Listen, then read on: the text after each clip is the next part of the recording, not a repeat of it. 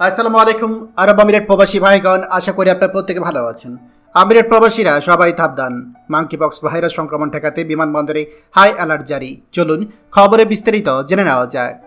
বিশ্বব্যাপী এমপক্স ভাইরাসের প্রাদুর্ভাবের মধ্যে বাংলাদেশ সতর্ক অবস্থানে রয়েছে।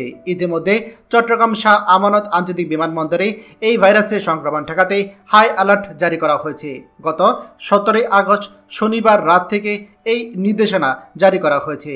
বিমানবন্দরে আগত যাত্রীদের শরীরে তাপমাত্রা পরীক্ষা এবং সন্দেহভাজন ব্যক্তিদের শনাক্ত করার জন্য থার্মাল স্ক্যানার ব্যবহার করা হচ্ছে বলে জানিয়েছে শাহ আমানত বিমানবন্দরে পরিচালক উইং কমান্ডার তসলিম আহমেদ। কর্তৃপক্ষ জানিয়েছে যে এমপক্স ভাইরাসের সংক্রমণ ঠেকাতে তাদের সর্বাত্মক চেষ্টা চালিয়ে যাচ্ছে। সমস্ত যাত্রীদের স্বাস্থ্য পরীক্ষা করার জন্য তারা পূর্ণ প্রস্তুতি নিয়েছে। যদি কোনো যাত্রী ভাইরাস শনাক্ত হয়ে থাকে তাকে সঙ্গে সঙ্গে অন্যদের থেকে আলাদা করে রাখার ব্যবস্থা করা হয়েছে। তার আরও জানিয়েছে, গেল শনিবার রাত 10:30 থেকে যাত্রীদের স্ক্রিনিং শুরু হয়েছে। প্রতি শিফটে 3 জন চিকিৎসক যাত্রীদের স্বাস্থ্য পরীক্ষা করছে। এখন পর্যন্ত কোনো সংক্রমিত ব্যক্তি শনাক্ত হয়নি। তবে কর্তৃপক্ষ সকল যাত্রীদের নিশ্চিত করেছে যে তারা যাত্রীদের স্বাস্থ্য এবং নিরাপত্তাকে সর্বোচ্চ গুরুত্ব দিচ্ছে।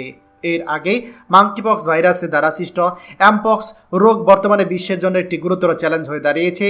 প্রায় 116টি দেশে এই ভাইরাসের প্রাদুর্ভাব দেখা গিয়েছে, যা স্বাস্থ্য বিশেষজ্ঞদের উদ্বেগের কারণ। এই রোগটির লক্ষণগুলোর মধ্যে রয়েছে জ্বর, মাথা ব্যথা, শরীরে ফুসকুড়ি ইত্যাদি অন্যতম।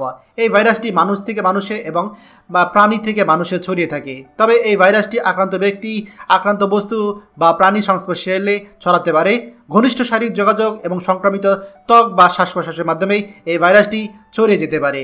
আমাদের যারা প্রবাসী আছেন তাদের জন্য একটি দুঃসংবাদ বলতে পারেন যে ইতিমধ্যে বাংলাদেশে মাঙ্কিপক্স সংক্রমিত রোগী পাওয়া গিয়েছে। ইতিমধ্যে বাংলাদেশে 2 জন এমপক্স রোগী শনাক্ত হয়েছে।